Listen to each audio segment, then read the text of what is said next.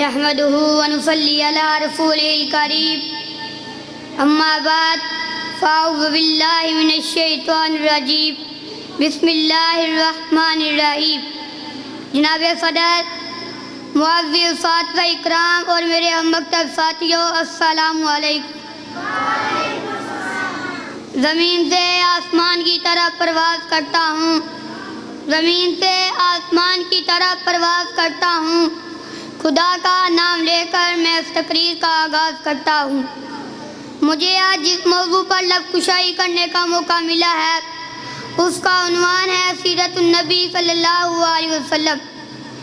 اللہ تعالیٰ نے قرآن مجید میں فرمایا سورۃ الاحزاب میں لَقَدْ كَانَ لَكُمْ فِي رَسُولِ اللَّهِ أُسْوَةٌ حَسَنَةٌ، یقیناً تمہارے لیے رسول اللہ صلی اللہ علیہ وسلم میں عمدہ نمونہ موجود ہے۔ قرآن میں جن کی شان بیان خود خدا کرے، قرآن میں جن کی شان بیان خود خدا کرے، بندے سے اس کی مدح کرائی کس طرح ہو۔ اللہ تعالیٰ نے لوگوں کی ہدایت کے لیے نبیوں کا محبوب فرمایا۔ اللہ تعالیٰ نے لوگوں کی ہدایت کے لیے کم و بیش 1,24,000 نبی بھیجے، اور یہ سلسلہ نبوت حضرت آدم علیہ السلام سے شروع ہوا اور حضرت محمد صلی اللہ علیہ وسلم پر ختم ہوا۔ ہر نبی کی زندگی دوسرے انسانوں کے لیے بہترین نمونہ تھی، اور ہمارے پیارے نبی صلی اللہ علیہ وسلم ہمارے آخری نبی ہیں۔ اب قیامت تک کے لیے ان کی مبارک زندگی ہی ہمارے لیے ہدایت حاصل کرنے کا واحد ذریعہ ہے۔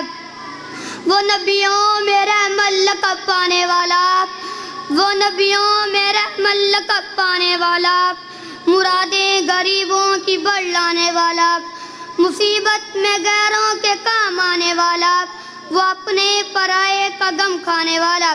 صدر وقار، سیرت النبی یہ ایک واحد راستہ ہے جس سے ہم زندگی کے تمام شعبوں میں رہنمائی حاصل کر سکتے ہیں، خواہ اس شعبے کا تعلق معاشرتی زندگی سے ہو یا معاشی اور اقتصادی زندگی سے۔